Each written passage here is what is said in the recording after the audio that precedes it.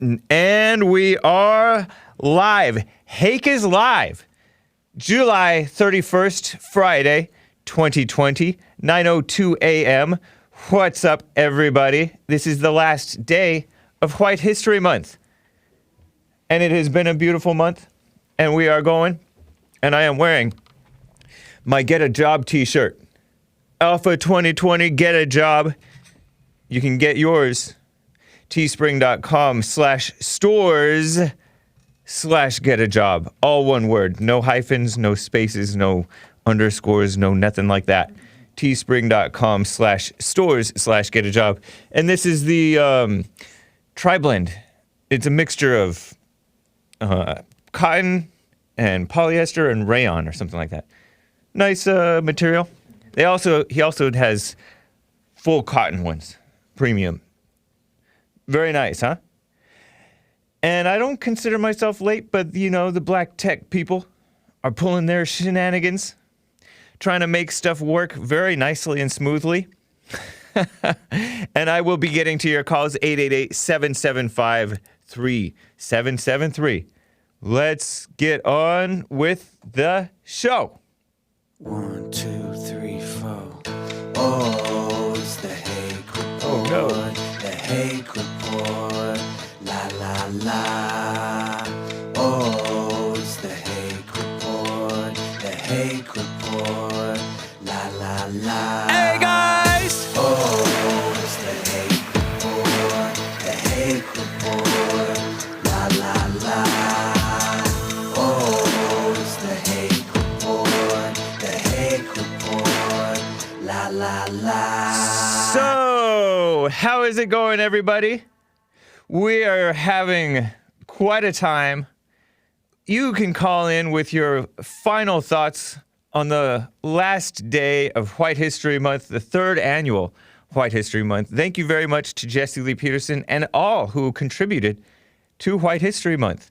Nick, Joelle, Hake, I contributed a little bit. I read the Declaration of Independence. I read to you a little bit about the great General Robert E. Lee. I read about the great, what was his name? President, the first Democrat, but he was probably the best Democrat. Andrew Jackson expanded the United States of America. People call him a racist. You know, it's so ridiculous. You think China is so racist, right? You think they care about being called racist? They revel in winning. That's what they're about, is winning. Winning for evil, right? So we should be winning for what's right. Americans.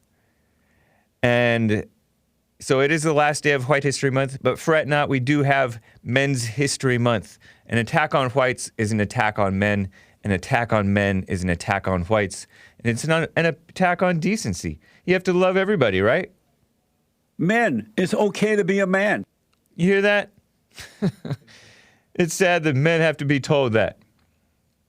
But you know, some of the intellectuals think, well, of course, it's okay to be men, but they don't know what it means to be men. It's a shame. So you can also get Hake Report t-shirts and other things too. I'm going to be getting to your calls. 888-775-3773. But real quick, I want to give you guys a heads up.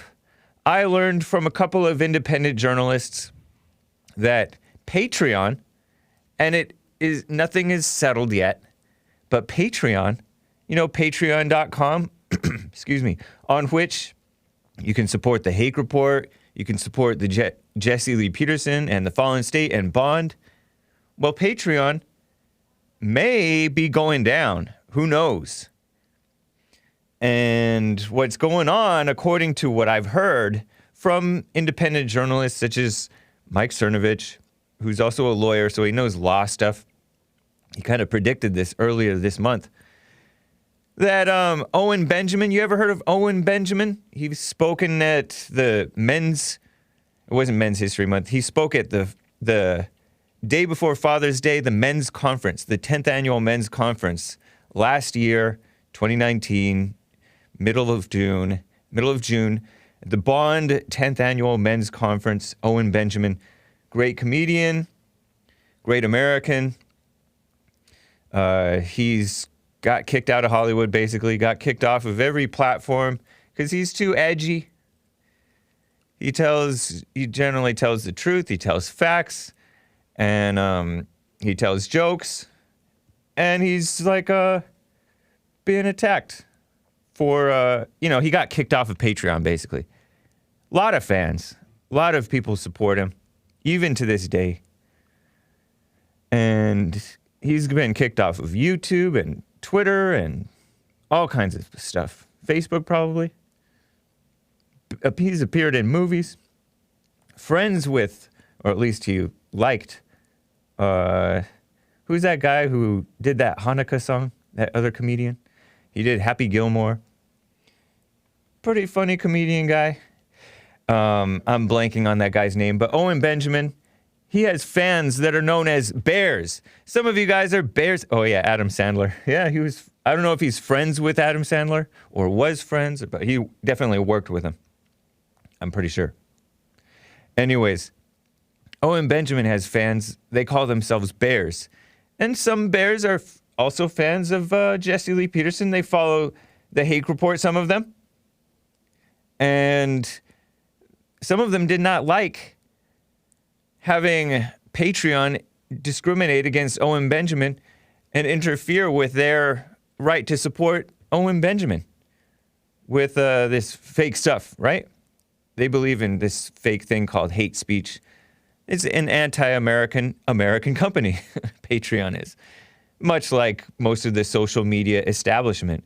YouTube, Facebook, Periscope, Google, which is the same thing as YouTube, and others, Twitter. So they sued or tried to take Patreon into arbitration. They took them to court, right? And what's going on, according to what I've learned, is that Patreon has, since they're the bigger guy, at least in California, the state of California, right? The state of California is kind of anti-business. But in this case, this is maybe a good thing, maybe not, I don't know. The state of California makes Patreon pay the legal fees of the people suing them, I think. And so Patreon may be having to fork out up to even $10,000 in legal fees for the people who are taking them to what's called arbitration. And if enough of these fans do this, I don't know all the facts, right? If enough fans do this, it could break Patreon. So who knows? And the liberal media was like, oh, Owen Benjamin got his fans to sue Patreon, but Patreon is suing the fans back. Well, no, they're losing, according to the story. Crazy. Who knows? Who knows what's really going on? Algorithm says he's listening to bad intel. So algorithm may be right. I don't know. But according to Mike Cernovich, who I know Mike Cernovich, I don't know much about algorithm. I was told to unban him, but I didn't see that he was banned. So anyways, Patreon may be going down. And in all honesty, Patreon takes a big cut of your support to us. So maybe you want to support on Subscribestar. They're a little bit more free speech friendly. Consider moving to subscribestar.com/Jesse Lee Peterson or subscribestar.com/The Hake Report. Just an idea, just a heads up, because these people are evil. And it is not a completely captive audience. You want to boycott these nasty, filthy companies like Uber Eats, who support Black Lives Matter, or Lyft, who supports Black Lives Matter, because Black Lives Matter is anti-everything good. Anti-black, anti-life, anti-mattering, stuff that actually matters. It's a total lie, but they're suckers for it. And they're suckering other people. And so it feels like, oh, where do I stop? Who do I not boycott? There are places that you can support that are decent. Yeah, algorithm points out Cernovich is Owens Benjamin's friend and Vox Day's friend. They have been friends in the past or been acquaintances and talked and worked together in the past. Doesn't mean anything. Doesn't mean anything. Cernovich is also he's like a free speech guy generally. Anyways, so Patreon, it may or may not be going down. I don't know. You know, yesterday, speaking of all this dumb hate speech stuff, so like somebody replied to Matt Gaetz, who's a Republican representative or something like that. He's in Congress somehow. Matt Gaetz. He's a young guy.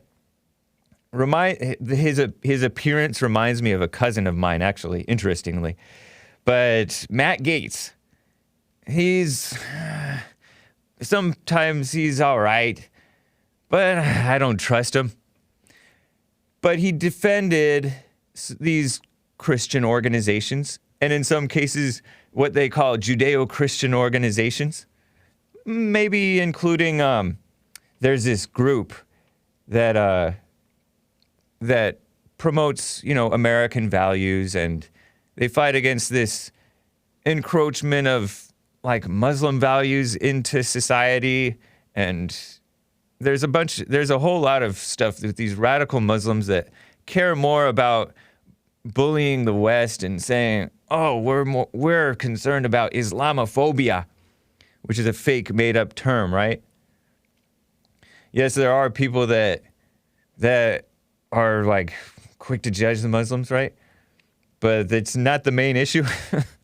If they wanted to really work on behalf of Muslims, they would not be promoting this attack upon the whites and calling everybody who tells the truth Islamophobic, right?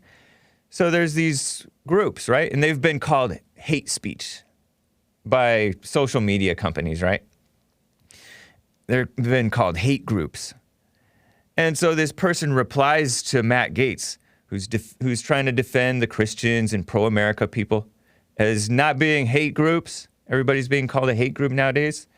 And somebody replied to him and said, these Judeo-Christian groups are anti-Muslim. They're Islamophobic or whatever. They're all about hate. You only think Muslims are about hate. That's what they accused him. And we all know that most people are full of hate, right? Most people in general. They don't even know, including so-called Christians, don't even know that they are full of hate. They need to forgive their mothers and stuff like that. But they don't deal with the real issue. The people who are accusing the Judeo-Christian organizations, so-called, of hatred are hateful people themselves. And so Matt Gaetz tweets out this thing. He says, Judeo-Christianity is about love. I've never heard the term Judeo-Christianity. I've heard of Judeo-Christian values. We are a Judeo-Christian country. I've heard that we've been saying that since World War II in order to make the Jewish people feel welcome after the Holocaust, right? But anyways, people really reacted to Matt Gaetz saying Judeo-Christianity is about love. He was trying to defend these groups, right? Well, all of these anti-Christian Jewish people, liberals, were like, there's no such thing as Judeo-Christianity. And it is so funny. And they're so evil, too. There's this one guy whose tweet I screenshotted. I think I have this. Yeah, okay. So this guy calls himself Throwback Lib. Throwback Lib on Twitter, right? And he especially has this victim mind. And I just responded with Jesse's response, like, amazing, because that was, like, the only thing I could say. But he said, there is no Judeo-Christian values. Christians appropriated our ideas and warped them. Christians murdered my people. I don't know what he's referring to. There are streams of Christianity that preach hate and want an all-white world, which would be an incredible act of depopulation, right? Because whites are what? Very small percentage of the world population. So I don't even know that this guy's telling the truth. And he said to Matt Gaetz, you support them by attacking SPL Center. And the SPLC is a communist, anti-American, anti-Christian, anti-white. The Southern Poverty Law Center is a vicious hate organization they had this hate list that listed this organization that we've supported and interviewed in the past and stuff like that as a hate organization, this family research council or whatever. And this guy, this communist guy that listens to the SPLC hate watch list, he went up there and tried to bomb the place up in Washington, D.C. or New York or somewhere. And so these people have inspired terror attacks. But yet, the mainstream media, liberal media, still cite the SPLC as a valid source. They only recently were taken off of the FBI's list of reasonable sources. I've told you guys about this before. The FBI used to refer to, I think they still refer to the ADL, the Anti-Defamation League, as a valid source. And, you know, they're kind of particular with their facts, I guess but their agenda is really communist. Same thing with the Southern Poverty Law Center. So this Throwback Lib, it's so rich hearing him accuse Christians of having warped values. He's a liberal, this guy, this person. I don't know if it's a man or a woman. But it was so interesting hearing him spout this attack on Christians as having killed his people, murdered his people. I don't know if is he talking about the Nazis or something? The Nazis, I've heard multiple different things about Hitler, and I don't know, and I don't really care whether he was an atheist or he was a Christian or he pretended to be a Christian, but he was a secularist and a Darwinist. Oh, man. But I don't know if he's referring to that or what. But a really vicious person, right? And this victim mentality, all accusations against the other group that he's not, and no self-reflection on his own evil heart, right? So that's why I just responded with this amazing thing. And he's like, yep, or she. Maybe it's a woman. Because very non-self-aware. But these guys, there were many other, these far-left Jewish people that hate America, saying, there's no such thing as Judeo-Christian. But there were some Christians, too, saying, yeah, it's no Judeo-Christian. Nick J. Fuentes, who is a guy who's appeared on the Jesse Lee Peterson show. He's amongst the Groypers, those guys that called out different establishment, so-called conservatives, as not being very conservative, as being against Christians and Christianity, as caving to the liberals. Well, he said he's a Christian and not a Judeo-Christian. But he's a Catholic, right? We'll give him a pass because he is for generally conservative Christian values, as far as I know. But it's so interesting seeing kind of like the Jewish people who hate Christians saying, oh, there's no Judeo-Christianity. And then the Christians who criticize the Jews, in some cases, some of them hate them, I guess. It's saying, no Judeo-Christianity. And then Jesse Lee Peterson repeats that we're a Judeo-Christian country, or we're a Judeo-Christian nation. And he doesn't care about their fight. Oh, man, it's so interesting to me.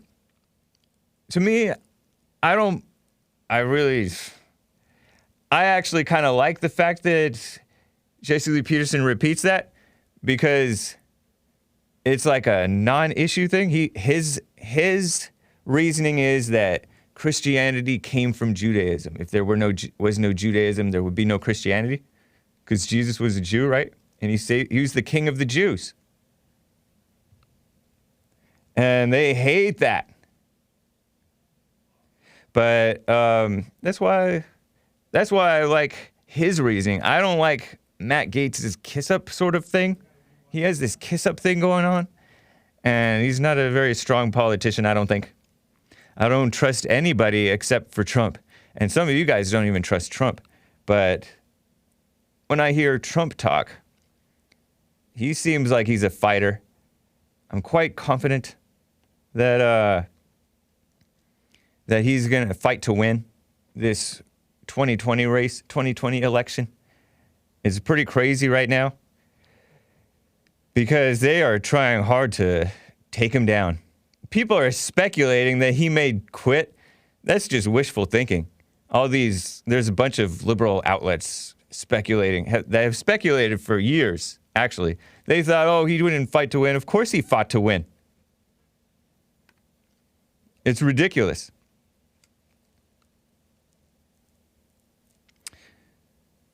The Bible go-to guy says, not only was Jesus Jewish, but all 12 of his apostles were Jewish. The founders of Christianity is all Jewish. And I heard that that's partly why Hitler, if he did reject Christianity, was why he rejected it. A lot of the alt-right guys, there's a split in the alt-right. The alt-right are the people who are generally they're okay with the whites. They don't attack whites. In some cases, they're for whites. The alt-right. It's like kind of an obsolete term. Barely anybody refers to themselves as this anymore. But there is this split, and some of them criticize Jews, and some of them hate Jews, and whatever. There was this split that I noticed. Many of them were atheists, and they repeated the perversion of Christianity, right? Where you turn the other cheek. They say, turn the other cheek, Christian. Or they use another term. And that means like Christians just rolling over and surrendering their country. That's not what Christianity is supposed to be. And so they reject Christianity for that reason. They feel that it's become very weak, and they call the word cucked. Cucked means betraying what's right and betraying your own in favor of evil. And then there's the more Christian ones. There's the more Christians who are okay with the whites. They want to promote Christianity in America. By the way, before I get to calls, on Sunday, speaking of Nick J. Fuentes, he appeared on DLive, on his stream on DLive and DLive.tv. And he covered an interview of The Fallen State, Jesse Lee Peterson's show that is about to another premiere on noon today, with an interview with Vosh, who has appeared on my show, and Jesse Lee Peterson's The Fallen State in the past. Vosh was on the show with Slightly Offensive, a.k.a. Elijah Shafer, last Friday, right? Well, it appeared last Friday. It came out. And by the way, I also had an appearance on that episode. You may have seen it. I asked about black brutality. We need black reform. We don't need all this police reform and fake outrage over so-called police brutality, which isn't even real. What about black brutality? That's the bigger issue. We need black reform. The blacks are, so many of these blacks that are getting themselves killed, it's their own fault frequently. They're committing crimes they don't need to be committing. They're acting disrespectfully in a way they don't need to be acting. They are resisting arrest in a way they don't need to be resisting arrest. They are wanting to avoid jail. So what do? They go to their death instead. It's not sane, the way that they're acting. And then these people are, what are they doing? They're protesting on behalf of these criminals. And in some cases, they're not criminals, but they get themselves killed one way or another. Maybe, for example, Breonna Taylor. I don't know if she was a criminal or not, but she was boyfriends with the criminal, or girlfriends with the criminal. A drug dealer. A couple of maybe. An ex-boyfriend was a drug dealer, according to what I read. This woman who got shot and killed in, I forget where. But she was in a house with a boyfriend. The boyfriend had a legal right to his firearm. He fired at the officers. He was the one who fired the first shot, according to the story. The officers fired back. She got killed in the crossfire. they're trying to charge the officers. The blacks want the officers charged and fired and stuff like that. Just an unfortunate incident. Which what happens, or it is what happens when you live that kind of life. Was she having sex out of wedlock? I don't know. You almost assume that she was, because people are doing that crazy stuff. But anyways, I don't know why I got onto that point. But Vosh and Elijah Shafer were talking about Black Lives Matter. Oh yeah, because I was interviewing these guys about black brutality. I also asked about what are they going to do? Are they going to work with the Trump administration to fight against the shutdown of conservative voices and independent voices on social media, on establishment social media? They've been the commies in Facebook, YouTube, Google, Twitter, and elsewhere. Twitch, have been shutting down decent people, truth. And they both gave these long answers that nobody understands, right? And honestly, I don't think they knew what to do with the censorship thing. But Nick didn't get to that part because he spent so long going in on this guy, Elijah Shafer, who's supposed to be a little bit conservative, right? Christian. Elijah Shafer is a Christian. But he was cracking down on Elijah Shafer's weakness and a little bit I say a little bit, quite a bit kissing up to the left. And I guess, I don't know if Elijah is a people pleaser. He comes off like one, I think. But Elijah responded on Twitter. I don't think he was responding directly to Nick Fuentes' stuff against him, criticisms of him. He was responding more to, I think, the Groypers, the Nick Fuentes followers, going into his replies and mentions on Twitter and being like, you're a fake conservative, you're not a real conservative, you're whatever. And it's interesting, you guys, Iconoclast says, Shafer, Afer. Is that true? But anyways, they were going into his replies, and it's interesting because maybe he's thinking that they're hating him, and some of them may be hating him. Some of them may not be hating him because you can't really tell when it's written down. When it's written down, it comes off harsher.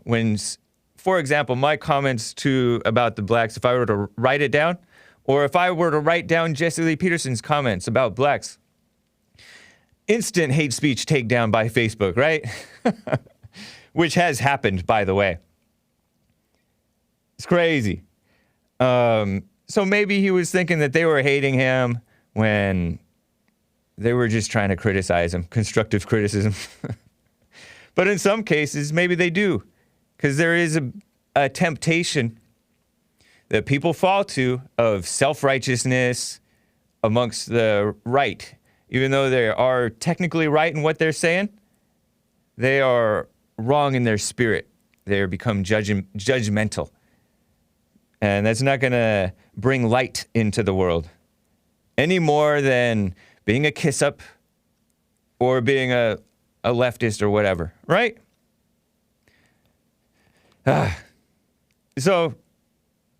But I cut Nick Fuentes some slack for cutting off at my point because it had gone on for like 2.5 hours. He would go off on every little indication of body language of weakness from Elijah Shafer, and pointing out that these people are not effective fighters when they are presenting weakness and kiss-upness like that. And that's a valid point. Anyways, I got to get to some calls and some super chats. Some of you guys have been on hold for some time now. Beard the Butcher says, hey guys! Nice. Appreciate you, Beard the Butcher. Long time no see. I mean, I haven't noticed you. I know you're there. Noah's Ark, Kansas says, happy last day of White History Month. Master Daryl Wayne says, Jerry Springer was fake. You sound like Esteban. Esteban, used to co-host the Hake Report along with Joel and me. And Esteban was he's from Colombia, right? Let's be honest. But he came to live in Stamford, S-T-A-M-F-O-R-D, I think, Connecticut. And that is where, I believe, Jerry Springer, Marty, and some of these other talk shows are taped. Connecticut. Why? Because probably, even though Connecticut is liberal, maybe they're cheaper to tape in than New York. But anyways, he said that they're fake too. I don't know. I'm like, no, it's not. It reminds me of the battle when we were kids. I was a child. Some of you guys weren't born yet. Some of you guys were adults already when I was a child. And the WWF was called the WWF. It's before the WWF became WWE, World Wrestling Federation, not the World Wildlife Foundation. World Wrestling Federation. Now it's World Wrestling Entertainment. But we all knew, meaning my brothers, me, my cousins, we all knew that it was fake. We're like, this is so fake. You'd see Hulk Hogan, The Undertaker, and the Macho Man, all these guys. Was Macho Man a wrestler? I think he was. These pro wrestlers doing these moves. We're like, this is so fake. But, you know, they were strong guys and doing athletic things. But we were like, it's so fake. But now you guys are trying to tell me that Jerry Springer is fake? But he's kind of sticking out his tongue and smiling about it, Master Daryl Wayne is. But I think he really thinks that it is fake. And maybe it is. But I don't know. It's very interesting. I really think that there is that much degeneracy in society amongst not just the low class, but all up and down the classes. You know, people act like, oh, you're rich, you have no reason to be unhappy. You know, like this guy calls into my show, Joe from Phoenix, Arizona, supposed to be a Christian. He's conservative, too. He's a black conservative, though, right?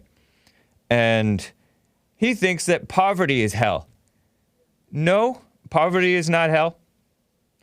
Crime and immorality bring about things like so-called poverty. And there is not really poverty in America. I heard that there are Americans who didn't get enough to eat last week or last month. It may be the case because this shutdown of the businesses, the economy, is evil. And so it is cutting a lot of, no longer the land of opportunity, right? When they do that. But there are other opportunities. So it's crazy. But yeah, misery spreads it doesn't matter where you are. You'll find a way to be miserable, to worry, to be stressed if you're that type of fallen state person, right? The echoes around their name means Jewish and secular, says Joe Maddock, the triple parentheses. Jewish and secular, I think is what he's saying. Not just Jewish, because there are Jewish people who believe in God or think they believe in God. I guess he means that they're secular Jews. And actually, those are the ones who are the most radical in pushing evil, you know, in the media and stuff like that. Interesting. I had heard the Jewish part before. I didn't connect the secular part. Interesting. It's funny that they would still call themselves Jewish then, because, you know, they're rejecting even Judaism. But maybe there's a lot of phony Christians out there too. And I don't just mean the nice, so-called conservative ones who don't do anything, they don't make a stand, that are cowards. I mean the far left liberal wannabe Christians. So I guess they do the same thing with that. Master Daryl Wayne gifted a subscription to Big Mamajas. Congratulations and thank you. Joe Maddock gave a diamond and said, rhinos are rewarded as a Fox News analyst or host, as are corrupt Democrats, such as Donna Brazile. But yes, that's true. Such as, Trey Gowdy? There's another guy who made a show, right? He made he put on a show of being a tough conservative, and they said, oh, he'd be good for TV, but he was not a real tough conservative. I'm blanking on that guy's name, but he has like curly hair, dark curly hair. Not dark, but like a dark brown. Polly J gave a couple of diamonds. Beard the Butcher gifted a subscription to Up for Purity. Subscriptions for Shaggy Boy, or from Shaggy Boy to Brown. Beard the Butcher says Jerry Springer is more factual than CNN. Yeah, you know, and thank you to Just Saying for subscribing monthly. That's cool, man. I appreciate the support, guys. So, yeah. Jerry Springer he's kind of showing the immorality, but he's also kind of glamorizing it. But he is kind of showing the degeneracy in the world. And so if you can watch it in that way, but people are like, Jerry. Even since I was a kid, people were going, Jerry. And is he still doing it to this day? I don't know. I can't tell whether they're reruns or what. I got to double check this Streamlabs. In the meantime, let me get to some calls. T out of Alabama has been on hold for quite some time. T, long time no hear. Happy end of the White History Month. I'm glad you were able to get in for White History Month. That's cool. Yeah, whatever, Dan. Yeah, how you doing? I'm doing fine, but your phone connection is awfully loud or something. Are you on speakerphone? Come off speaker. How about now? Is that better? No, it's the same. Is that better? No, it's the same. Okay, hold on a sec there. Okay, I'll put you on hold. Don't hang up, T. Don't hang up. We're going to make sure that you're squared away. In the meantime, let me get to Martha, who's tuning in bright and early out of Alaska. What time is it in Alaska, Martha? What do you want me to tell you what time? Let's see, hold on. Is it 6:39? Are you three? No, you may be 1 hour behind. No, we're 1 hour behind. So what time is it there? It's 9:39 a.m. Pacific time. So it's 8. Okay. So. All right. Okay. Right on. You talk too much. Who, me? Yeah. Well, I'm glad you were able to hold on. Appreciate that. Yeah, me too. I almost fell asleep listening to you talk. You're as bad as me. And I'm a woman, too. I know. You're supposed to talk a lot, or at least it's in the nature, right? Yeah. I always do that quacky voice when you get on when I start watching you. You talk. But did you watch Obama's speech he did on that? You know, I did not listen to any of it. I did hear a little bit about it. I saw a couple of headlines, and then I kept on peeking up, and Joel would be like, "He's still on. He's still talking." You know. I know. He talks forever. Spanish too. You think he was running for president again? Or something. I know. Ridiculous. He lied like I don't know what. Yep. Not surprising. He lies. See, That's I'm all he does. 61. How old is Obama? Too old. Is he? Too old to be a liar. Oh, no, he's younger than I am. 58. Okay. Well, you know what? I was around when I was young at that time when those politicians that, you know, Martin Luther King and all them was around. Yeah. Okay? Years later, I took care of a lady. Now, she's a white lady. She did that march across that bridge.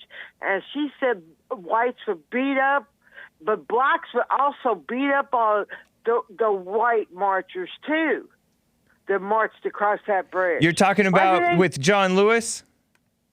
I guess it was when Martin Luther King went across the bridge. Uh-huh. She didn't like she didn't like whites too well, but she said this is a black friend of yours?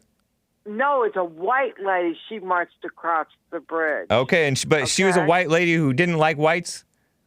Whites too much, but you know why? Because they beat her up. So whites beat her up and beat her up as a white woman? No, they beat her up for one reason. Why? You know what was that one reason? Because she was marching with the blacks? No. Why? No, it was that. She was trying to buy a house for a black couple. Oh. And no one's supposed to know this, okay? It was only a few blacks that knew this. She was trying to buy a house for. They had this thing going around at that time where white couples would buy houses and then sell them to the blacks. Yep. The blacks could own property, but no one was not supposed to know that. Somehow white people's white guys end up beating her up and her husband almost to death. Wow. And they always was trying to figure out how did those blacks do it. Because my sister today, she works for the. Well, I can't tell you where she works at. Right. But she don't even know about that. You know, I'm not surprised. This is, it's repaying evil for evil. Because in those days, it's not that blacks couldn't own property. It's just that they couldn't own property in the white areas, right? Whites didn't want them coming into their areas. I think they had higher crime rates. They would bring down the property values. And so whites didn't want them in their neighborhoods. It's still going on today, honestly. That's what it was. And then these do-gooder type whites would come in, sneak in, and then sell it to the blacks. That's evil, too, because that's trying to force new neighbors on neighbors who don't want these neighbors. And that's crazy. I lived in a gay community, so I know how that is. Gated community? Yeah, they was gay. Oh, homosexuals? Yeah. And they were very particular about what neighbors they wanted? Yeah, they didn't like the blacks coming in on them. Interesting. But I had a black friend. I got to tell you this story. Okay. Since you talked enough, I could talk now. There was a black friend of mine. She was a lesbian. Okay? Dang. She told me, she looked at me, she said, Martha, I ain't going to tell you what the neighborhood is called. All you got to do is look it up and you find out, because it's still called that today. She said, do you live in this neighborhood? I said, yeah, because I grew up in that neighborhood. I was there before these gay peoples moved in now. And I said, yeah, they named this neighborhood this. And I said, how can you stand living in a gay community? I said, as long as they don't bother me, I don't bother them, it's okay. 2 days later, and she said, okay. Now, she's a lesbian. 2 days later, and she was a black lesbian. 2 days later, a gay guy came up to me. He lived down the street. And he looked at me, he goes, did you know the blacks are trying to move in? What decade is this? Oh, I was in my 20s, I think, because I moved away from my mom. I came back to visit her. Okay. I was leaving, and I said, it's before the Catholic Church closed down the street from us. And they said, he said, did you know the blacks was moving in? I said, I looked at it, that's funny. My black friend just told me something about, and I told her him the same what she told me. And I said, as long as they don't bother me, I don't bother them. They don't bother me. I'm okay with it. I didn't care if blacks moved in or not. And what did he say? Oh, he got mad at me and stomped down the street. That's interesting. Wow. Uh-huh. What an interesting history we have. But evil people hating and fighting evil, and it doesn't stop, honestly. Yeah, the funny part about it, I'm Catholic, and we had a Catholic church down the street from us. It closed down. And before it closed down, the gay people, because we live next door to gay people, and it didn't bother us. And, where is this? Where is this that you were living? I live in Louisville, Kentucky. Kentucky? There's no gays. Yeah, well, that girl died. Yeah, Breonna Taylor.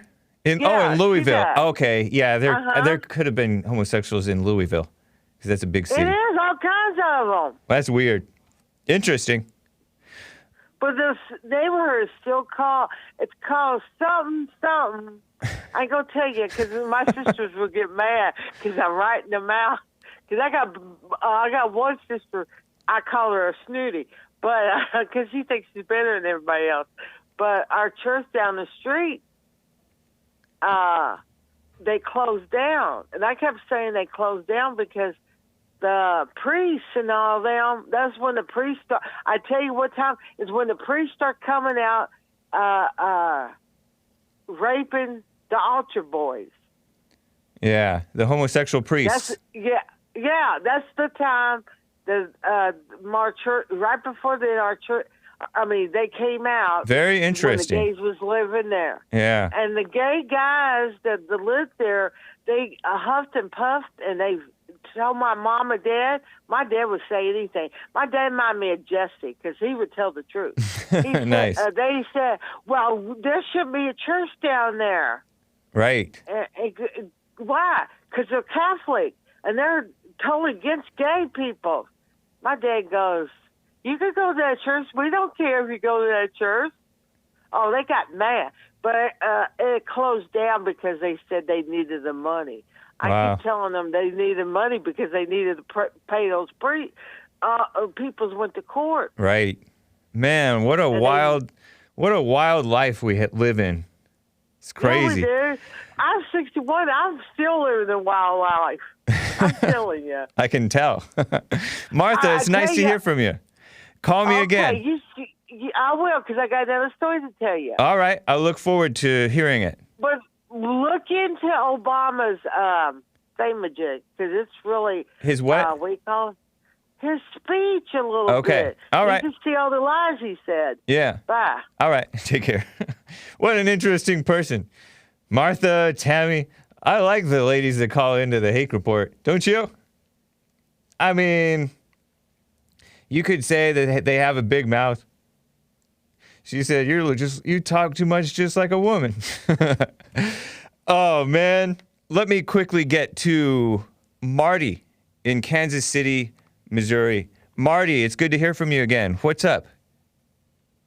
Not too much, man. I was going to say, I really like listening to you because you sound like you're my brother. Your voice is so soothing. And I mean, you really do. You sound like you're very soothing. But I was wondering okay.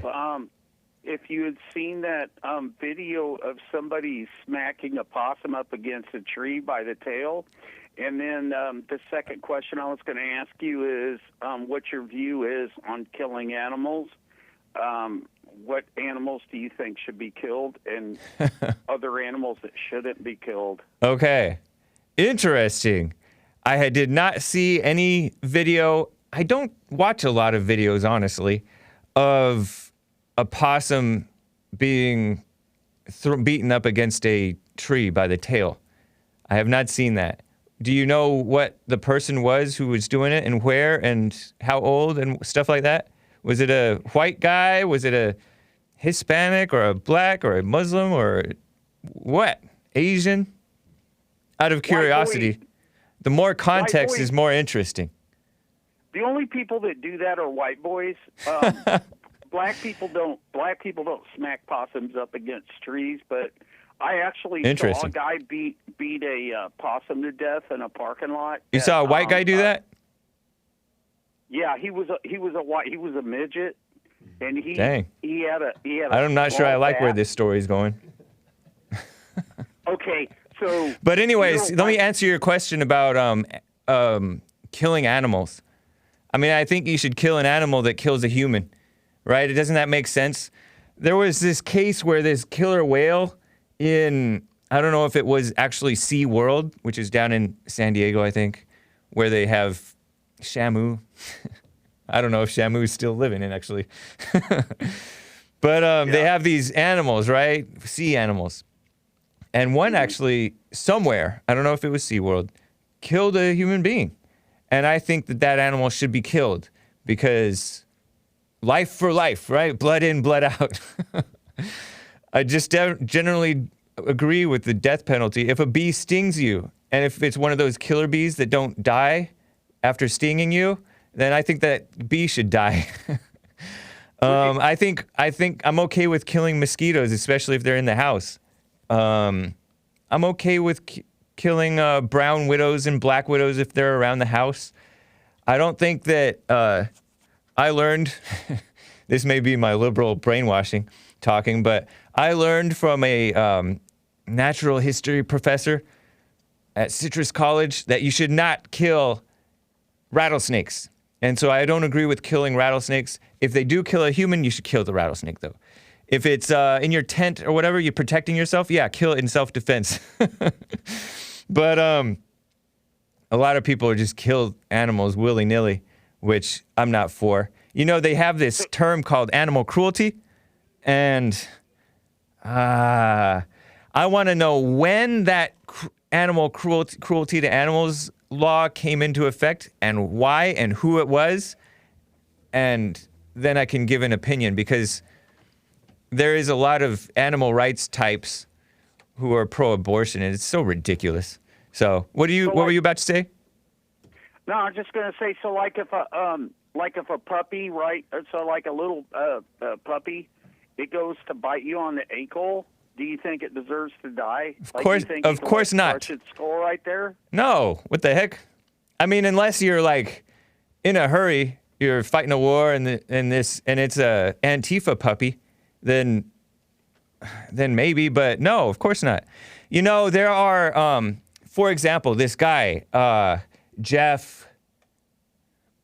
What's his last name? Who killed animals, and then he was with homosexual black males and was killing them, and he was doing this cannibal stuff. Yeah, Jeffrey Dahmer.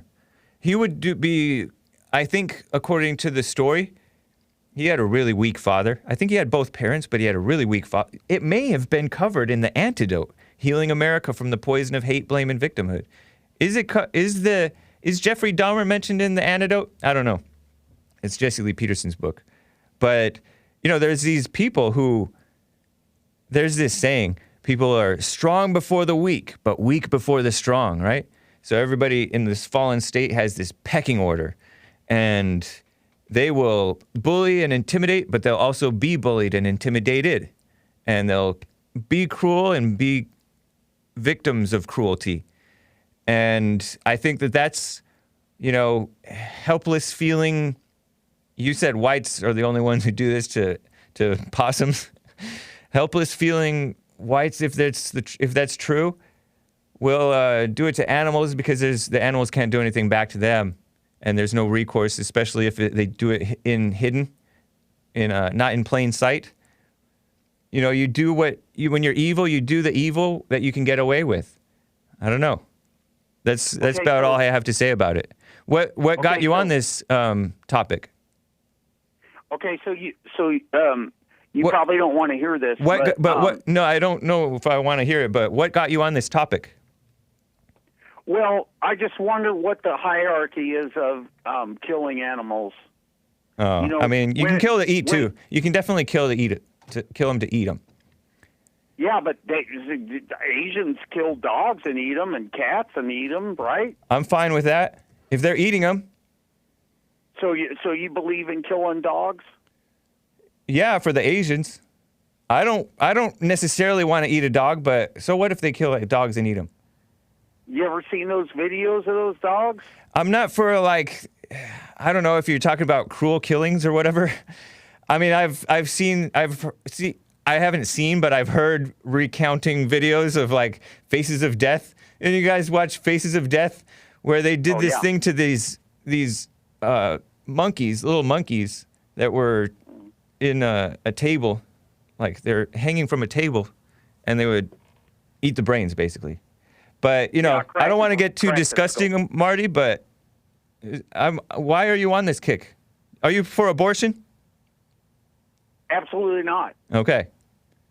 But, I mean, I'm just wondering, it's no, but why are you wondering? I'm just curious, why?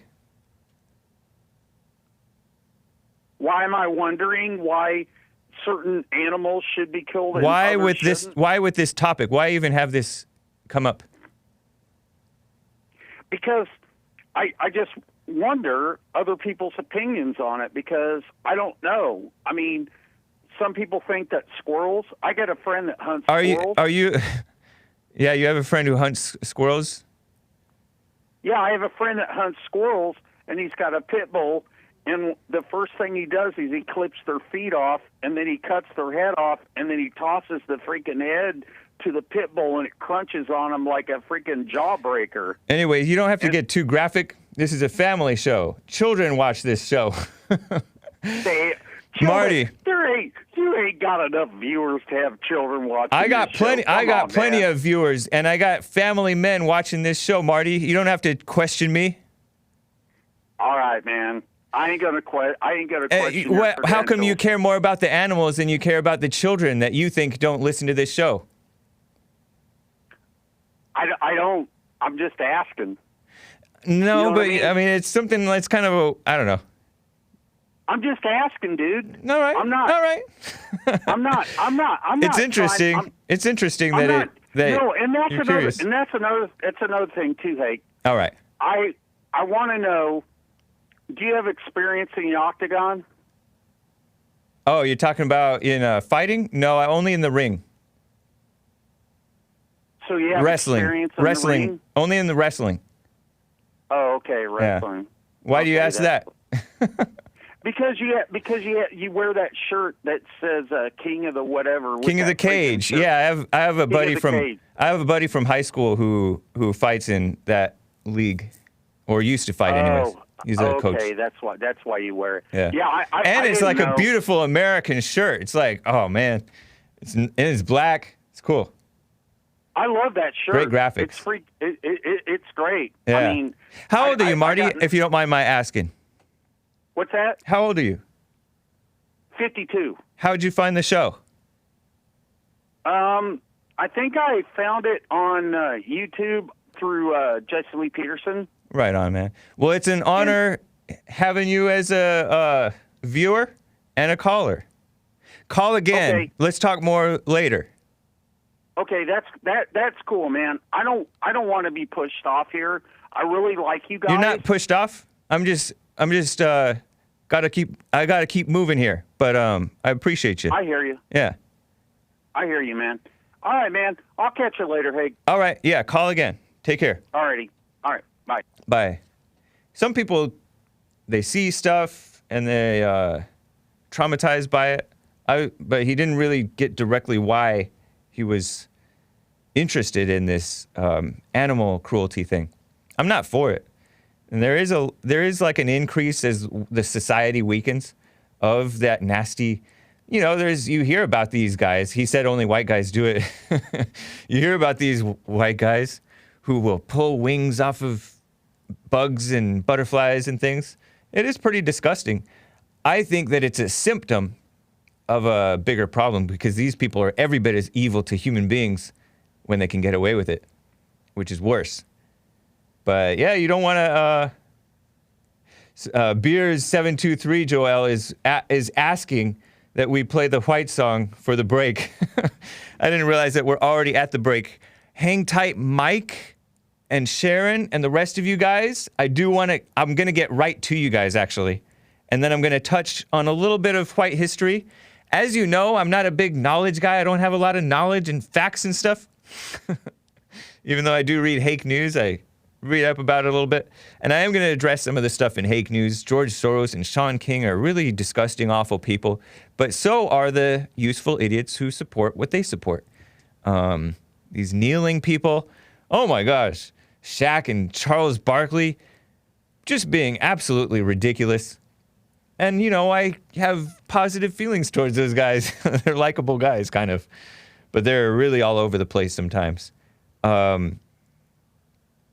And did you know that Darren Wilson still being persecuted for having done his job? So ridiculous. Obama's the enemy of the people. So is Beyond Z. I'm going to read your super chats. I think we'll oblige. You want to play the White song for a minute or two? Yeah. Just a quick break. Not a full 5-minute break, guys. I'll be right back. have fun with this song. It's okay to be white. It's okay to be white. It's not okay to be late. It's not okay that your mom's so full of hate. It's not your fault you were raised by a deadbeat dad that walked away. So what we like cats, so what we like rap.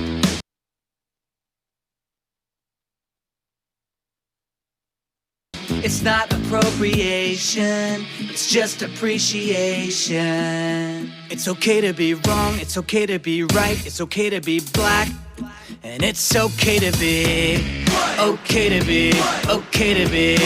It's okay to be, you were made to be white. It's okay to be, okay to be, okay to be. It's okay to be, you were made to be white. White.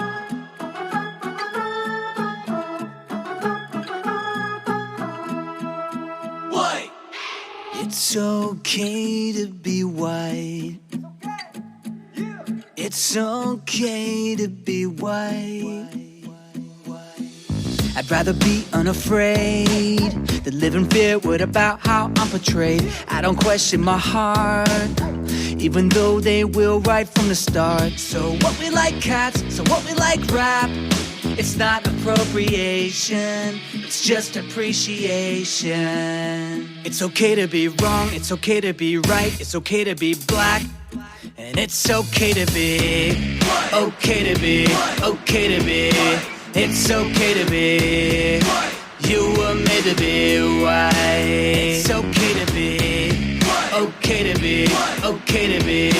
It's okay to be, you were made to be white. I break it down.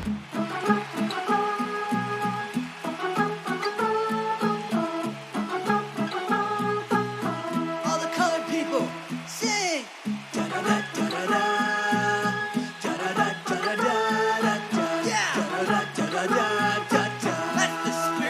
It's okay to be, okay to be, okay to be.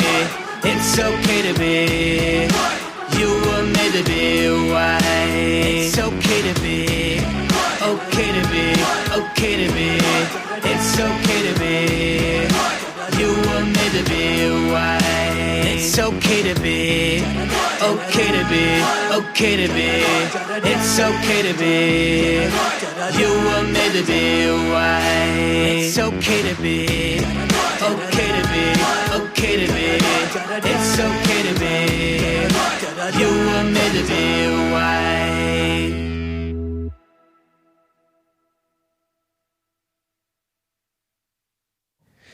This okay song is really a top shelf production, so says Bible Go-To Guy. Nice. Shout out to, can I say it? Trevor Wesley. I think he put out that song. You can see it on his YouTube channel or listen to it on his YouTube channel. And his SoundCloud, right? Yeah. Not on Spotify yet, guys. And by the way, that Fox News guy that seems to put on a show, I don't know if he's a real conservative. I think I was referring to Jason Chaffetz. Jason Chaffetz. I'm not sure about him. Anyways, I got to get to some calls. I want to present to you a little bit more white history. It is the last day. But we do have Men's History Month starting tomorrow and all of August. Isn't that great? The two biggest months, both of them 31 days, by the way. July 31 days, August 31 days. I'm pointing to my knuckles. Because you can figure out the length of months based on the high parts and the low parts of your knuckles. Did you know that? I learned that in Saxon math books, I think. But quickly, let me get to Mike in San Antonio, a classic, longtime caller of the Jesse Lee Peterson Show and now of the Hake Report. Mike, it's nice to hear from you. Nice to hear from you. I'm in my car. Right on. I'm probably on the speaker. If you can't hear me well, I can pull over. You're doing okay right now. You're definitely better than, by the way, T hung up or disconnected. I couldn't get back to him. T from Alabama. Okay. I wanted to hear from him, but oh well. Okay. Well, Yeah. I'll throw out a quick White History Month. I'm going to go ahead and celebrate King James of England. King John of England. He wrote the Magna Carta, which was a precursor to our Constitution. Wow. Nice. King John, huh? Yeah, it basically said that you get your rights from being a person and from God, not just from the state or from a king, which Right on. is a noble concept because that you don't have that now. You know, that's a rarity. People don't really understand that. Yeah. Human history is basically slavery. It's not freedom. Yeah, that's true. You know, even Jesse Lee Peterson in his younger days when he was, falling in with the civil rights movement, which he now sees was a mistake, but he did not agree with the sit-ins, in which blacks would go and sit in on these private businesses that did not want blacks in their business, because he believed in that right of fellow human beings to discriminate, to not serve people with their business, whoever they did not want to serve. And why would you? It's just logic too. Why would you want to be served by someone who doesn't want to serve you, right? So even in those days when he was falling in with that stuff, before he came over here, he knew inherently common sense and common decency of that right of discrimination, for example, which you're right, it is lost even in America. That's why I say stuff like America's a communist country and we're trying to pull it back into being America again. You know what I mean? No, we are. We're socialists. We're really more. Quite honestly, if the exact definition, we're really more Nazi, and I don't mean that, by the way, Antifa said. I mean, the Nazis basically said, you have a right to produce, but the state's going to control your production. And that's what we're doing right now. We're kind of more glotzy, as in globalists, socialists. Right. Yeah. We ain't where we should be anyway. I was going to say this, and I'll give a little precursor. I'll be brief. Yeah. I think the NBA and all of these sports teams, what they're doing, people got to realize they're not working to make a profit. It makes no sense what they're doing. Yeah, that's true. It's for the globalists, and you can believe, people call me a conspiracy theorist, the Illuminati, whatever. It has nothing to do with making a profit because they've already disenfranchised over half their base by doing this. So it makes no sense profit-wise to do it. So they're not working to make a profit and to play basketball. They're working to promote this globalist agenda of really keeping this country shut down. And I say this meaning that I talked to a friend of mine, and this situation with the schools opening, I already know how this works. I mean, I did some work for the government and some psych ops. I know how this stuff works. And the schools are going to let your kids go at first. They're going to close that school, and they're going to blame it on them. Coronavirus. They might even quarantine that school and keep your kids in. I mean, don't think that this is crazy. Because they've already shut down the whole world by this piece of crap. And then I'll call it the fakest thing and the most biggest lie in modern history. And the parents were on there talking to President Trump, and she was saying, I'm divorced, and I need someone to watch my kids before I can work, and I got a business. And everybody was clapping and thinking this lady was so great. I thought, no, lady, you should get into a situation where you don't need these schools, because these schools are going to let you. They're going to demand that they be closed. They're going to demand that the teachers get hazardous pay for going into this coronavirus infected school. You know what I'm saying? It's going to happen. They're going to do the same thing they're doing with the NBA, the baseball. They opened it.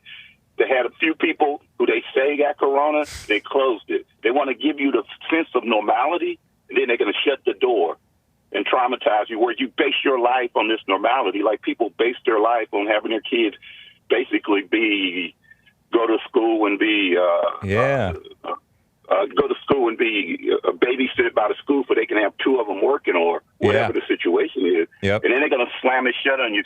So my friend, he's already decided, and it's great with his ex-wife, that no, we're not going to send our kids to school. We're going to figure it out. You look around your community. I'm looking at mine. I'm retired. I got a guy next to me, a chemical engineer, retired. I got builders around me. There's a guy that does air conditioning. There's a guy that does electric, a plumber. education right there. Right. And you can get some of them to teach a little bit, and then you can also incorporate the distance learning. You don't need the schools. That's a good point, you really man. Don't, and you don't need them. Right. I would love for people to go back to homeschooling and smaller private schools that aren't controlled by the state. Forget the state, because they don't have our best interests in mind. They're not for what's right. They're promoting the enemies of America as right. They want to incorporate the 1619 Project, which is pushing false black victimhood and demonization of whites and Christians and the founders. It's ridiculous. Yeah, but as I said, conservatives are approaching it the wrong way. And my thing is, get our money back from our property taxes we pay, and leave these things alone. You're not going to change them. They're going to use them. They're going to open them, and then they're going to shut them, and they're going to mess up your work schedule and mess up your what they call your norm. Right. And traumatize you that way. They're not going to keep them open. Yep. They're not. That's what they're going to do. I mean, you already see the handwriting on the wall, what they did with the baseball, basketball, football, whatever it is. And now the NBA, they have whole teams kneeling together along with coaches and officials, refs. They're all kneeling together to smear the police, smear the military, smear America and whites. It's so ridiculous. So do you think, in your own opinion, that they know that that's going to disenfranchise over half their fan base? So that tells you right there they're not working for their fan base, and they're not working it ain't about playing basketball or any of that. You know, I don't know. I was thinking about that as you were talking. Maybe so, but for sure, when you look at where the big money is in these huge corporations that support them, they're all in bed with that too, in bed with Black Lives Matter. Amazon, Apple, Facebook, Google, Twitter, they all support this radical half the fan base. You know what I mean? So the fan base doesn't really have the power and the money to fight back. Well, you agree with what I'm saying. That's what I said. They're doing it for the globalist agenda. They're not doing it for the fan base or even playing basketball. You won't get cut by not being able to play basketball. Now you'll get cut by not kneeling. Right. Yeah. That's what's going to get you cut in basketball now. It's got nothing to do with basketball or the fan base or anything. It's crazy. It makes no sense from a logical perspective. Yeah. They're really, man, it's wild right now. I appreciate it, Mike. It's good to hear from you. Oh, can I ask one quick question is Nick, get the phone guy? Yeah, you can ask. He's not in the studio, but go ahead and ask. Oh, no, well, I was going to ask him in Spanish because I was going to ask him something about where he's from in Colombia. I was going to practice my Spanish and see if he can understand me. If he's not in there, then that's okay. You can shout it out. He might. I don't know if he's back in. I don't think he's back yet, but you can shout it out. I may be able to remember it, whatever you say. Well, let me try it. Let me try it and see if he can correct me. Lo que parte de Colombia de eres en has estado en Cartagena o Barranquilla. Basically, I asked him where he's from in Colombia and have he ever been to Cartagena or Barranquilla. Okay. So I was actually headed there in June before this nonsense happened. Oh, dang. So that got canceled, huh? We should call this what it is, James. I think we, as conservatives, we got to the point where we wanted to give these people the benefit of the doubt. But my first question was this. Why would the world shut down to save my life? And it has ever shut down to save my life. That's true. They haven't shut down immigration to save our lives. No, they've never shut down anything. So why would we even if it killed as many people what they say it was going to kill, they wouldn't shut it down to save us. They were shutting it down to destroy us. Yep. And, and people got mad at me, said, well, basically told me that they hope I get it. I said, well, whether I get it or don't get it, that's not the point. They're shutting this thing down to destroy the world, not to save your life. They've never shut down anything to save your life. If you're that naive, you need help. That's true, man. I appreciate it, Mike. It's good to hear from you, man. All right. Thanks for letting me blather on. All right. You're welcome. Take care. Yeah. Speaking of black businessmen, great black businessman, a late great American, who I think he loved white people too, Herman Cain. Dead allegedly from COVID. We don't really know. I mean, he did have trouble breathing. It may have been complications from the Chinese Communist Party virus, right? But I learned a little bit about Herman Cain. And, people are trying to blame Herman Cain. No, blame either Herman Cain or blame Trump for holding that Tulsa MAGA rally, which was a great speech. I loved the rally. Decent turnout, right? Considering. But Dan Calabrese over on HermanCain.com said Herman Cain had started his career as a civilian employee of the Navy. Did you know this? Sometimes political pundits portrayed him as kind of a goof, which is a bad word in Canada. That's not like that, though. As like a goofy guy, right? But he was literally a rocket scientist. Did you know that? Herman Cain was a rocket scientist. Many people don't know about his years climbing the corporate ladder. He was at Pillsbury, at Burger King, and then he was CEO of Godfather Pizza. And he had a famous encounter, I hadn't seen it before, with Bill Clinton back in the day. And you know what? Maybe I had seen bits of it as a young kid, but just forgot about him. Because his name did sound familiar when he came into the forefront. Where Herman Cain schooled the liberal Democrat president, Bill Clinton, who was run by his wife, Hillary, on the finer points of small business finance. So right on to Herman Cain. He was hospitalized less than 2 weeks after attending that MAGA rally in Tulsa, Oklahoma, or Keep America Great rally. But, there were a lot of evil people there. I'm talking about the Antifa people, the BLM people. Tulsa, Oklahoma. They're trying to talk like the blacks were still victims of the racism because there was a crazy race riot 100 years ago, or give or take. And speaking of those NBA players, and then I will get back to calls and the rest of you guys. I mentioned Charles Barkley, and who is that guy? Shaq. Talking about, okay, so you heard that the full NBA, everybody's kneeling. Both the Utah Jazz and the New Orleans Pelicans wore Black Lives Matter warm-up shirts and were joined by coaches and game officials who also knelt, meaning kneeled down for the national anthem, which is a false smear upon the cops, upon whites, upon America. And it's a disservice to the blacks who they are pretending to take up for, when in reality, they are supporting their destruction by causing them to think that they're victims of cops, right? They don't care about George Floyd. Okay, so the league has vowed to make racial injustice the focus of the NBA restart, which is ridiculous. Evil. He made the great point, Mike did. TNT is the one who's putting this on, right? And so these TNT broadcast team members, listen to their reaction. They call him former Orlando Magic star, but he's actually more known today as the former Lakers star, but for some reason they left that out. Shaquille O'Neal, Shaq, that's the big guy on the left picture. He said, "That was beautifully done. Done in unity. Nice to see. Again, when you have your platform, I think it's very important that you speak up, very important that you speak your mind. But when you talk about and they don't have a platform to be speaking up and doing that. They have a platform to be playing basketball. But anyways, he said it's very important when you talk about changes, you also have to talk about protocol. Use your voices to raise awareness, but now we have to go vote. We have to vote our mayors in. Our mayors appoint police chiefs. We have to vote senators and politicians, meaning radicals, because he's a useful idiot for radicalism. It doesn't just stop with sending out a tweet or yelling all the time. We have to continue to fight, continue the movement. I'm proud of everyone." So I think that he doesn't know better. I cut some of these guys a little bit of slack. But anyways, here's Charles Barkley, but he's been out of basketball for long enough that he should know better. Former NBA star and TNT analyst Charles Barkley, who's gained a lot of weight, though, by the way.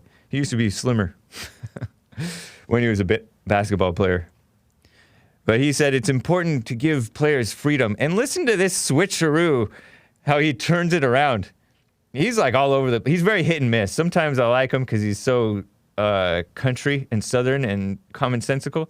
And sometimes he's just into this black thing and kissing up to political correctness because that's the world that he lives in now. So listen to this. The national anthem means different things to different people, he said. It's coming in with trying to be a voice of reason. Look how slim he is. Even then, he was a little fat. But anyways, talented basketball player. Talented entertainer, actually. But he said, I'm glad these guys are unified. If people don't kneel, they're not a bad person. No, because they're a bad person if they kneel. Or, useful idiot, which is the same thing as a bad person. But he says, I want to make that perfectly clear. I'm glad they had unity, but if we have a guy who doesn't want to kneel because the anthem means something to him, he should not be vilified. Of course not, because such a person would be showing love for America.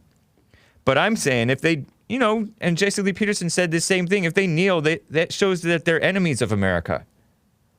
Or willingly being used by the enemies of America, certainly. Look at Charles Barkley. What was his nickname? I don't remember. So that's those guys. I just had to share that with you very briefly. That's them when I forgot that they played against each other. Sir Charles. Yeah. I got to get to Sharon out of Manitoba, Canada. First time caller. She's been on hold forever. Sharon, it's nice to hear from you. Thank you for calling. What's up? Oh, hi, James. Hey. Hey. Shaq is a Mason? Sorry. Somebody said Shaq is a Mason. Epstein's ghost said that. This kind of ties into what you're talking about, actually, James, when, because I was always curious, up north here, and I'm thinking, I'm hearing about systemic racism, and I'm thinking as a white person, what does that mean? I don't understand. And you know what, finally, when I heard a black conservative woman explaining this, and it just suddenly clicked, I knew that was it. And I think, and it just made it clear for me, the prime example is when Attorney General Barr was at a hearing and Democrats and Republicans were questioning him, and one black senator was indicating, Attorney General Barr, since you've been hired on, you haven't hired any black staff members. All your cohorts right. Are white. Yeah. And then and then this lady was explaining, well, remember, America, majority of the population is white. Around 13% is black. So, of course, there's going to be a higher representation of white people to begin with. And discarding color, of course, they're looking at qualifications. But then that's when it made sense to me. Of course, if I was to go over and try to find work in Ghana, the majority of the population there is black. So if I was really concerned about having white representation, as a minority, would I try to enforce or make people hire me because there's not enough white representation? Yeah. It's kind of interesting because did I mention, I think at the very beginning of the show, I mentioned how China is being accused of being racist, and they don't care. I may have just mentioned it to my intern guy, but they don't care about that. Nobody cares even when people are called black supremacists and blacks are called racist. I mean, they may reject it and say, no, we can't be racist, but the people who are trying to win, they don't care about being called racist because they're trying to win. They're conquerors. Kind of like, and, they're female-minded conquerors in this case because they're trying to win for communism, which is a female ideology, the fallen state type. And same thing with the people who are trying to subvert America. Well, they're the same people. They're trying to subvert it in a very female way in terms of shame and intimidation and stuff.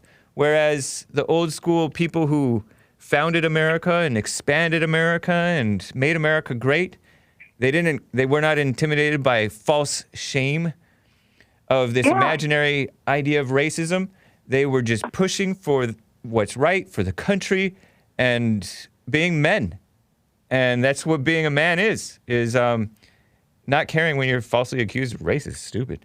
Anyway. James, I thank you. There's a lot of companies that are bowing down, but it's also nice to remind ourselves that there are corporations now beginning to say, no, we're not going to bow down. An example recently is Trader Joe's, who is really? bowing down, who is not bowing down to the minority. Remember, it's the minority of. I thought they got rid of Trader Jose. Don't they no longer sell Trader Jose stuff? I don't know. Trader Joe's, I don't feel like they're whatsoever conservatives. But anyways, maybe you're right. I may be wrong then. But I have heard that they, are drawing a line at some point, which is fine. Yeah, that's nice.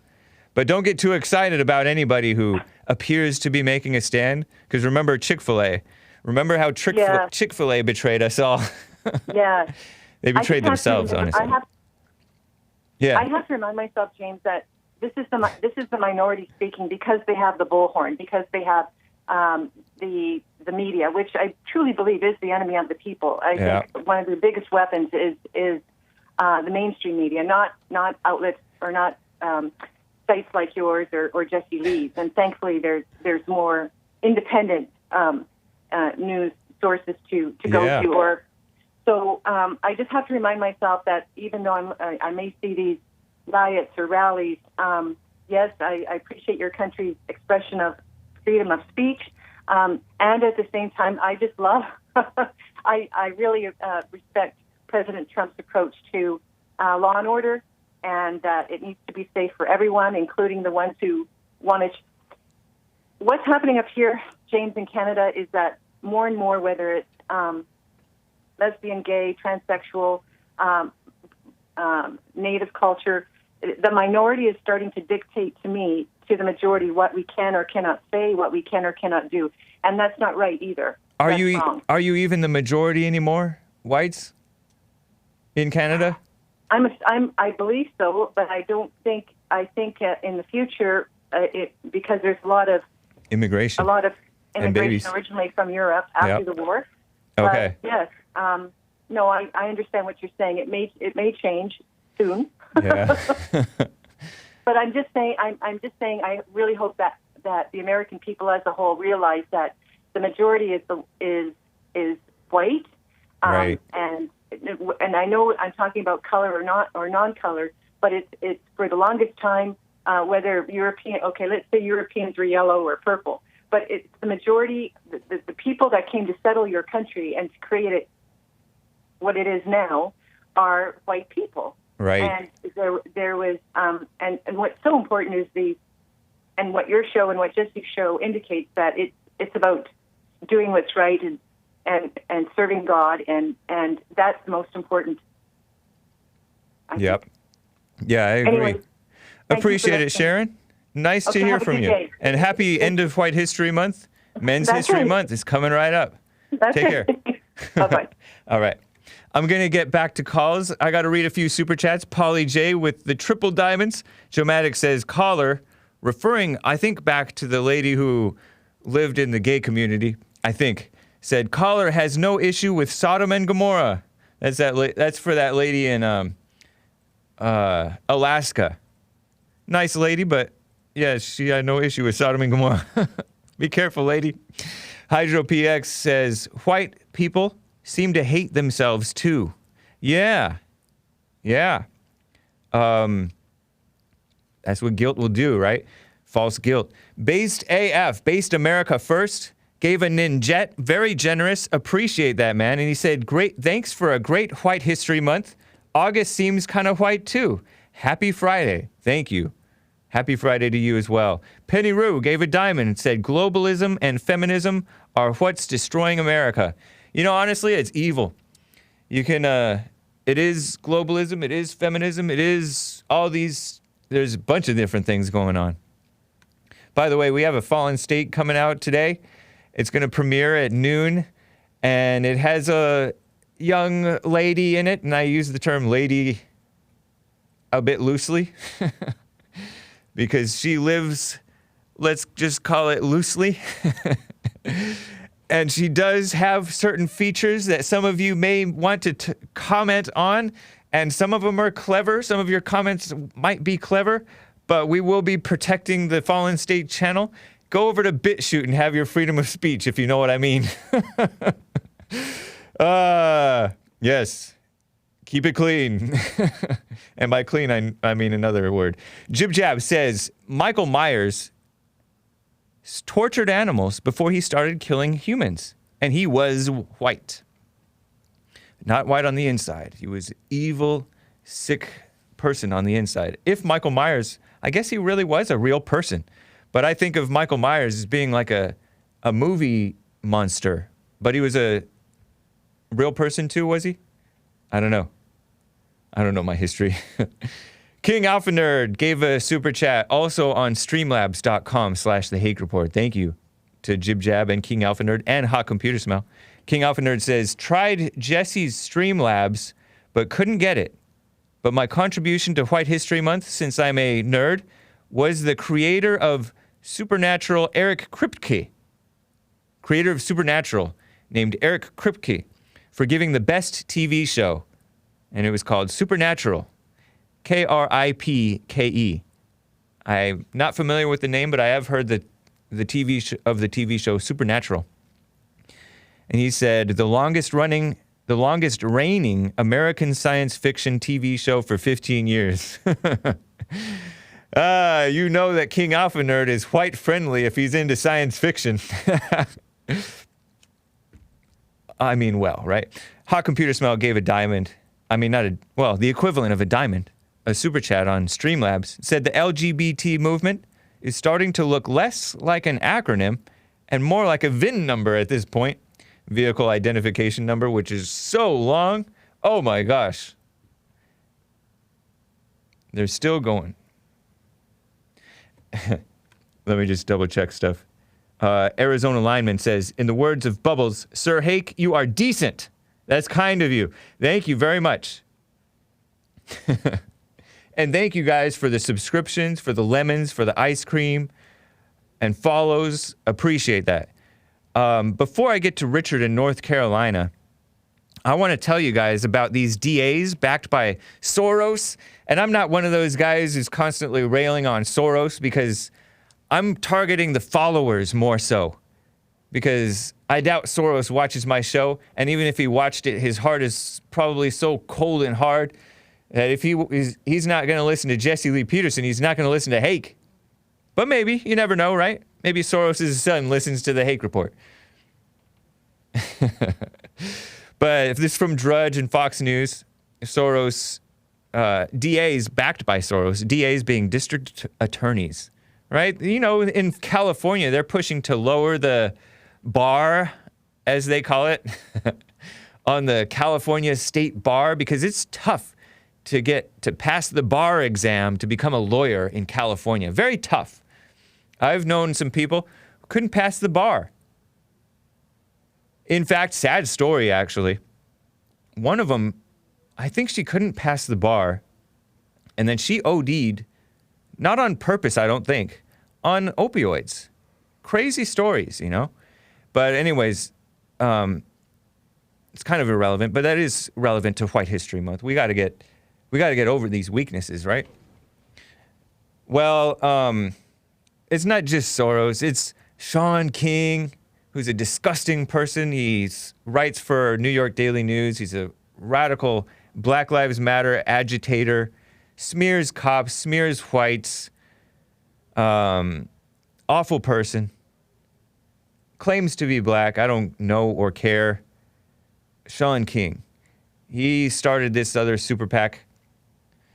But Soros, through the Justice and Public Safety PAC, and a PAC is a political action committee, and other groups, Soros-backed groups, has been spending millions of dollars on prosecutorial races. Well, so these people are politicians. They're running to be district attorneys and other things. Or circuit attorney, St. Louis circuit attorney Kim Gardner, who was boosted by Soros in her campaign. Kim Gardner is the St. Louis woman who brought felony charges against the McCloskeys, those whites who were brandishing their guns outside their homes to give a warning to the Black Lives Matter rioters and vandals who vandalized their property according to them, and according to photographic evidence too. It appears that these people were not peaceful. Some might have been. But yet their cause is not peaceful. It's the destruction of America and the black lives that they pretend to care about, right? Broken iron gate marked with no trespassing, according to them, and private street signs. And some threatened them, according to these lawyers, McCloskeys. And they kind of get what they deserve. They brought it on themselves by supporting the attack on cops. They supported Black Lives Matter, these McCloskeys. But anyways, they brandished their guns. They had the right to do it. And they're getting prosecuted for it by a black, far-left liberal female circuit attorney in St. Louis, Kim Gardner. You've heard her name before. Kim Fox, another one backed by Soros. High-profile woman out of Cook County, Illinois. That's the Chicago area. And she's the one who dropped the charges against the fake hate crime hoaxer, Juicy Smollett. Maybe the most prominent fake hate crime in recent history. But fake hate crimes are more common than actual so-called hate crimes. And in fact, hate crimes are an attack on the First Amendment. It's a Trojan horse to take away the First Amendment, to usher in the false concept of hate speech, which is selectively used against whites and men and decent people, and then everybody else who's wreaking the evil that they want into the world, they get a pass. So, Kim Fox, 2 X's. Foxx, Kim Fox. A black female state's attorney in Cook County. And she's leaning towards dismissing cases from protests and curfew violations issued by the black female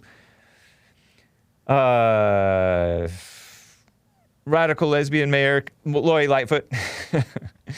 Can you just Google Kim Gardner, Gardner, and Kim Fox? Google those two for me.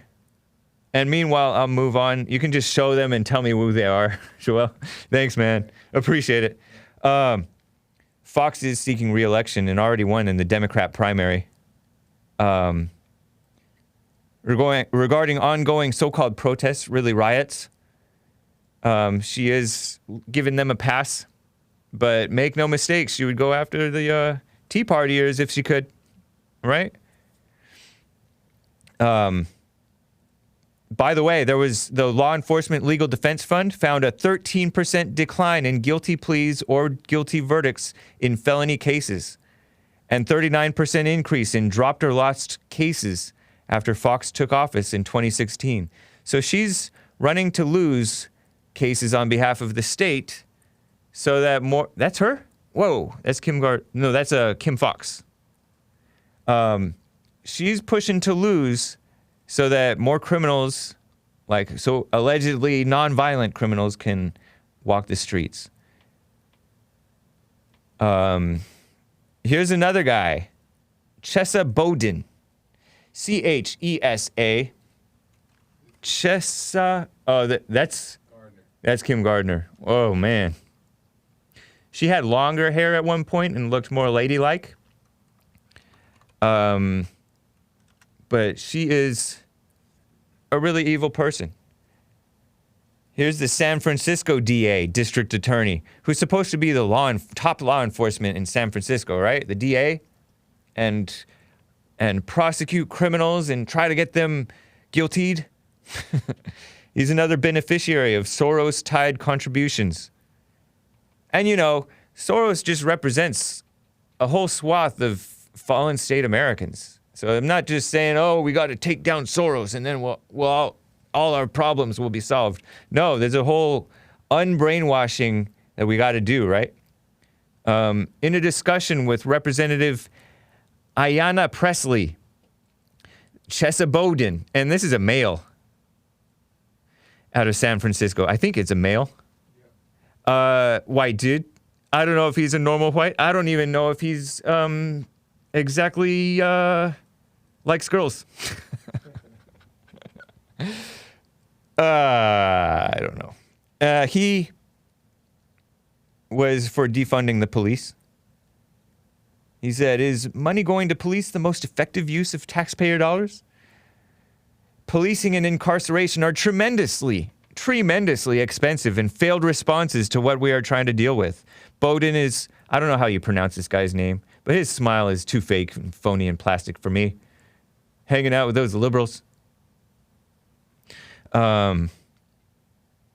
He's participating in, amongst a number of district attorneys, in this thing called Truth, Justice, and Reconciliation Commissions. And by truth, they mean lies. By justice, they mean injustice, social justice, which is injustice.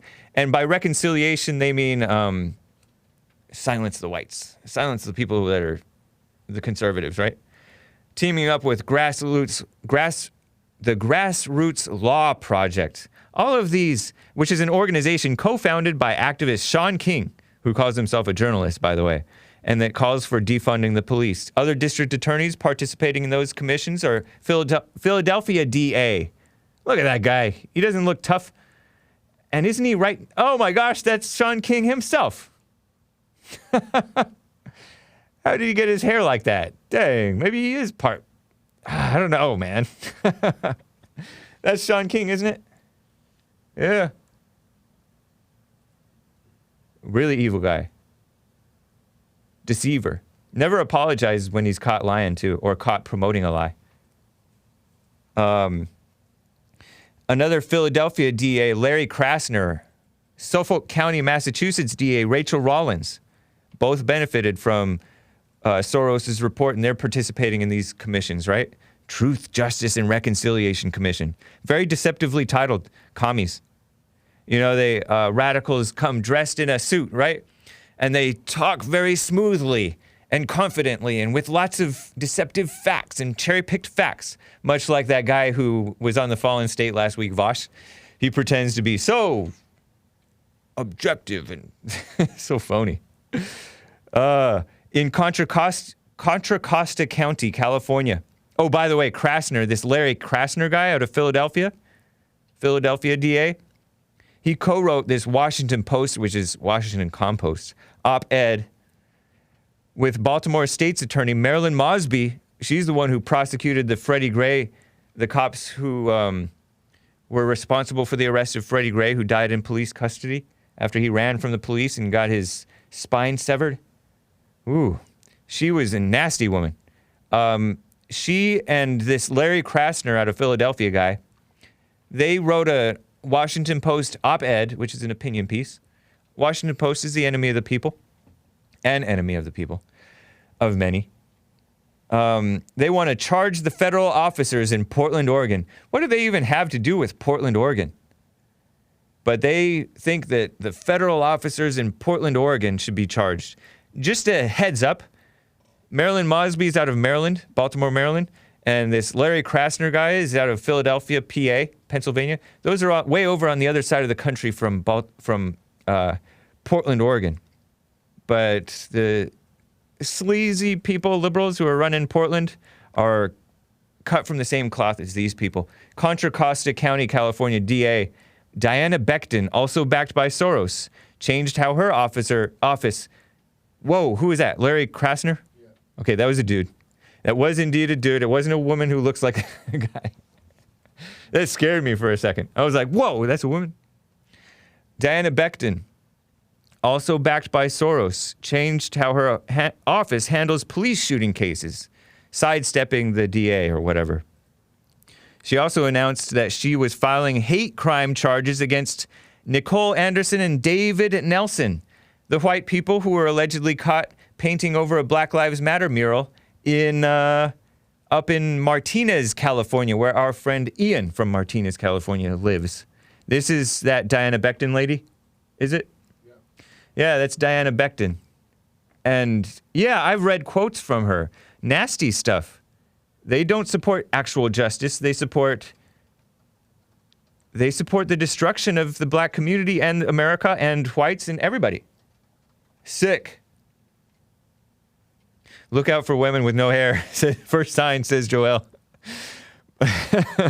By the way, I have to tell these jokes from Joel about Chick-fil-A, who supports Black Lives Matter.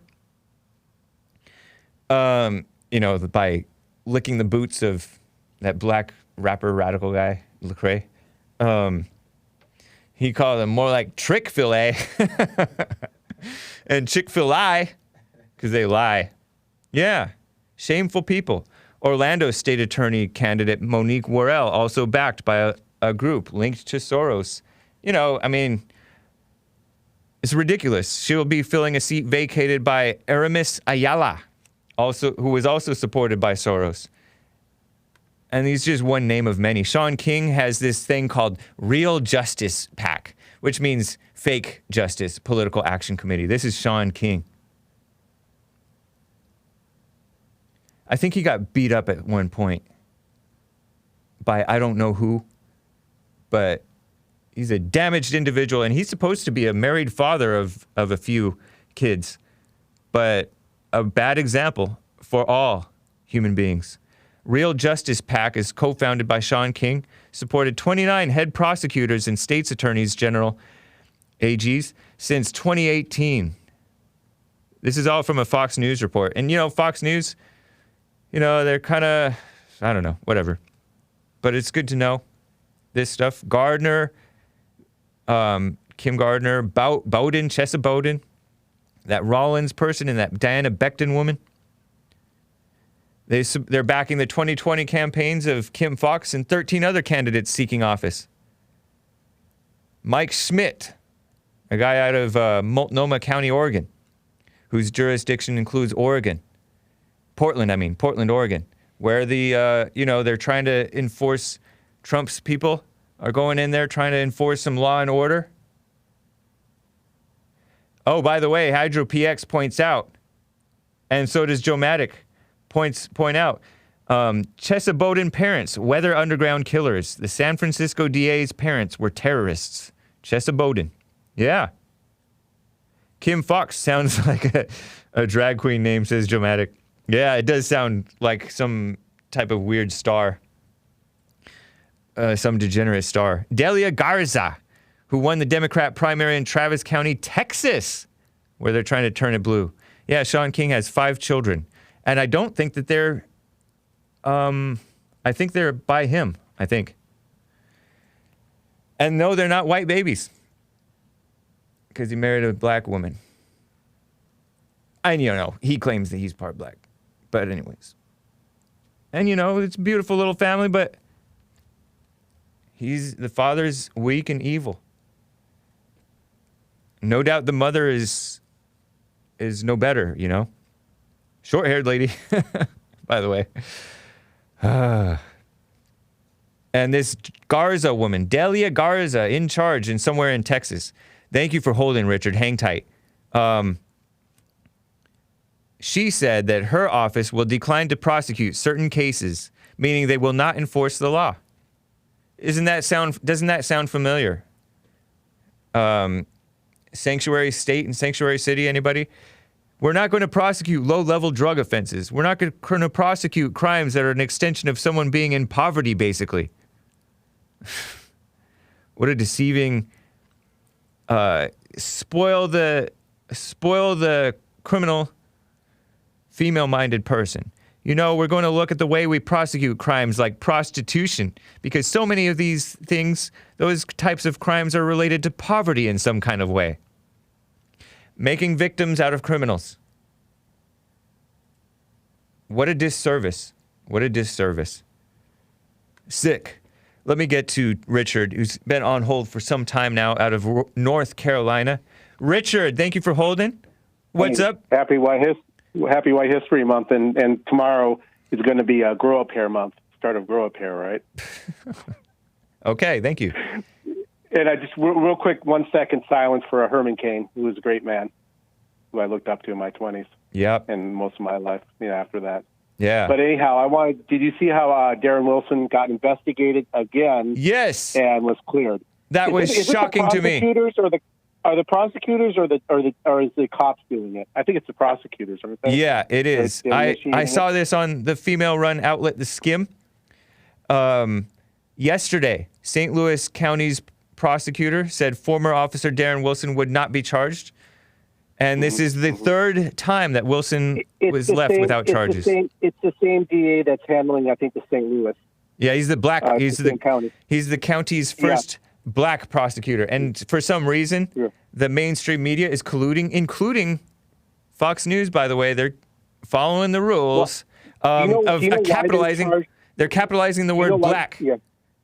And they're capitalizing the word white, too, by the way. Do you know why they're charging those two people, the lawyers, for the felonies? Because as long as they're under the suspicion of felony, they can't practice law. Their license is suspended. Oh, interesting. Yeah, but they weren't working for real justice. They were pushing PI, Black Lives Matter personal stuff. Injury lawyers. Yeah, they were personal injury lawyers. And I was going to say something else. It just went out of my head. Dang it. But anyhow, Wesley Bell. Wesley Bell was the prosecuting attorney who was out of the Ferguson area in New Jersey, St. Louis County. Yeah. Oh, it was a different one. Oh, I thought it was I thought it was the same county. Okay, I'm sorry. They don't do it by county, I guess. I don't know. Like in North Carolina. But anyhow, so until they. Oh yeah, I remember now. The Attorney General from Missouri already said he's moving to dismiss the case. So. Good. It's pointless. And he's going to make sure it's with prejudice. You're referring to the McCloskeys? The McCloskeys? Yes, he's going to make sure it's with prejudice so they can't file it again. Yeah, I hope not. Jeez, it's ridiculous. And Darren Wilson needs to sue for malicious prosecution. You know what's crazy? You know what's crazy is Ferguson was sued by the so-called Brown. I say Michael Brown's so-called family, right? He didn't have a real family. It was not together, right? They started BLM. Isn't that where BLM started, basically? It is, but listen to this. Though the Michael Brown family they won like over $1 million, maybe like $6 million. I remember that. To try to get them to shut up and calm down, but it still didn't work. Well, I don't know if it was to get them to shut up and calm down or if it was just kiss up stuff. But they should have charged the family for causing all of this trouble. Because they raised a bad kid who attacked the cop. Anyways. Remember, the father said, burn this down. That I think that was a stepfather. I said uncle. That's not under the freedom of speech. That's initiating a terrorist threat. Yeah. Yeah, evil people. Anyhow. Sick. But anyhow, thanks for taking me. I don't want to keep you in lunch. I know you're coming up. Appreciate it, man. So, yeah. Take care. You as well. We are going to open the treasure chest shortly here. When you hear the box, I will start the initiation of opening the treasure chest unless I forget right offhand. What a mess. It's a disgraceful smear upon America. Let me quickly get to Rick out of Hampton, Virginia. Rick, how are you doing? James, what's going on, my brother? Not much. What's going on with you? Happy History Month, my friend. Thank you. I'd like to wish Happy History Month to all my white brothers and sisters out there. Nice. May God continue to bless y'all and prosper. Appreciate that. That's cool. What I want to comment on is doggone John Lewis and Herman Cain. You didn't hear that much about Herman Cain. They probably said one or two sentences about him. Yeah. But, John Lewis. And, a lot of these black politicians, just because they was in the civil rights movement, they take advantage of that to stay in office long and not do nothing for the community. Right. Yep. Look at Elijah Cummings. They were exploitative. Go ahead. They were very exploitative. They exploited the blacks. They didn't serve the blacks. Yeah. But Baltimore got more heroin than probably the whole world got. Yeah. It's crazy. It's ridiculous. And all that money Baltimore got, that was President Trump was telling Elijah Cummings. Yeah. He sent you all this money? I know. I want to know where it's all at there, Elijah Cummings. Crazy. Answer that question. Forget them. They just continue, exactly. They continue to both these, and all you hear liberals talk about is they come up with a new racism name every year. Now it's systematic racism, supernatural racism, anything. I was talking to a liberal yesterday. I was saying, well, okay, how has it affected you? You keep saying it's out here, but how has it affected you personally? Yeah.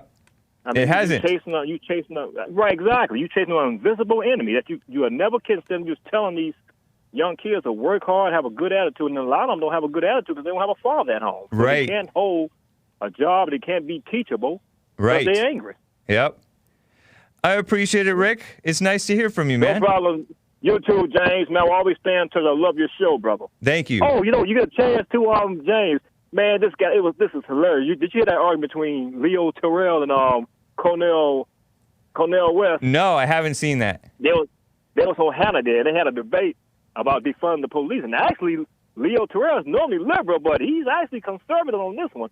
Well, that's Cornel West got into it. Man, it was a circus, man. Yeah, Cornel West is about 5 minutes. Yeah, Cornel West is a total snake. I appreciate it, Rick. It's good to hear from you, man. No problem. Hey, you too, Jay. Love y'all. Be blessed. Be good. All right, you as well. Jib Jab gave a super chat on Streamlabs and said, "Didn't mean anything by my last super chat. He's just explaining to you guys." He said, "Any race can take on serial killer tendencies." He's referring to how Michael Myers, according to him, tortured animals before he started killing humans. And he was white, by the way. But he said any race can take on the serial killer tendencies. Yeah, it's evil. Evil controls people. But right now, the weakness is in the whites. And then it's crazy. Different people have different symptoms of the same problem, coming from at root the same problem. Isn't that so interesting? By the way, before I get to my favorite caller, I want to tell you a little real quick white history lesson. The Battle of Stalingrad.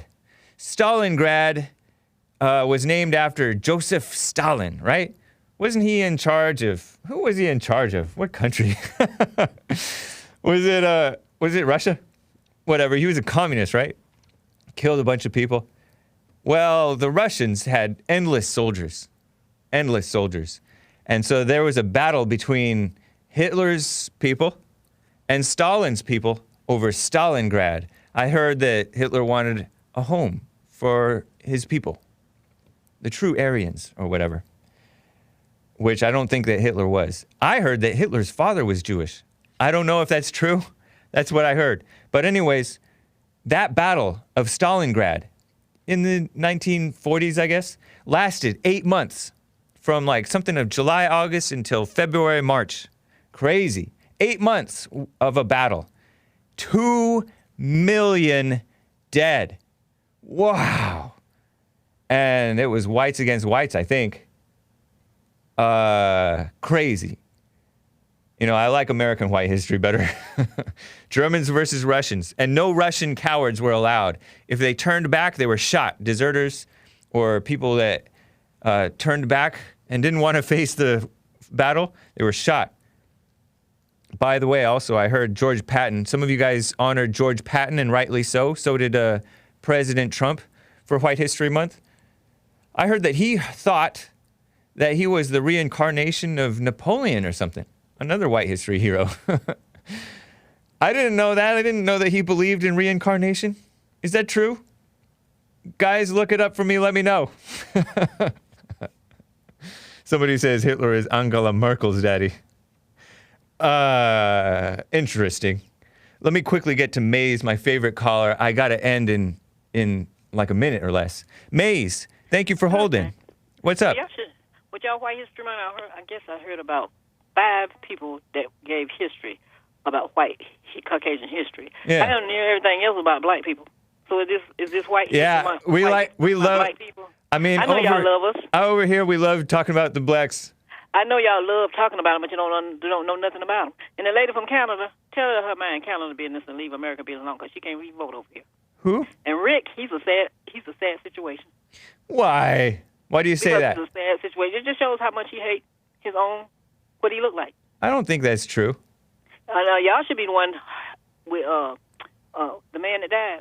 Herman Cain. Do you think? Hold on, Maze. You forgot he ran for president. You left that part out. No, I told about it when he died. You know, the day that he died, I told some history about Herman Cain. No, he did run for president. Him today, you said that he Godfathers and all. Right. Yeah, I stopped there because I didn't have that written down. But yes, he did run for president. Well, if you know for a fact, when you keep facts, they stay in your head. You don't have to write them down.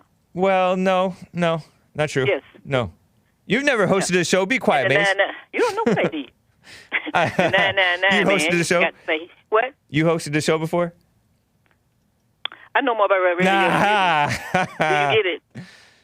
And Bill Lockwood, he said something about a guy that was in Alabama that had a show, and I forgot his name, but he knows me too. Interesting. His name, no, it was in Dalmontwell. Okay. So do the red over in Ohio. What's the name? Cunningham. Yeah, Bill Cunningham. I've talked to them, they just loosen the heads. They need some help. But the next time y'all say White History Month, say we're going to just talk about black people in about things we don't know, don't understand, and are fear. Okay. All right, Mace. That's all I got. Very nice hearing from you. And those that don't understand us, they're going to have a problem with their heart for the rest of their life. Happy last day. Carter, George Wallace, and the rest of them that think like that. So y'all have a good one. You too. Thank you, Mace. Very interesting. Maze is a beta, says Hydro PX. So take that one, Maze, and you think about that. Arizona Lineman says, take one for the team, Hake. Ask Maze on a date, LOL. No. That's degenerate. She's too old for me. Anyways, I appreciate it, guys.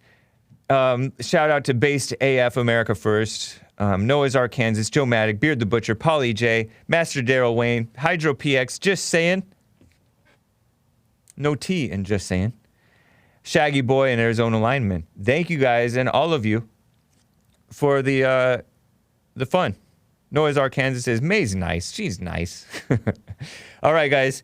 Get ready for The Fallen State in less than an hour. TheFallenState.tv, YouTube.com/TheFallenStateTV. And of course, Bond Rebuilding the Man YouTube channel. Go to rebuildingtheman.com/church for church with Jesse Lee Peterson, or join us in person if you like. Doors open 10:30. Church starts at 11. Take care, guys. TheHakeReport.com for my stuff.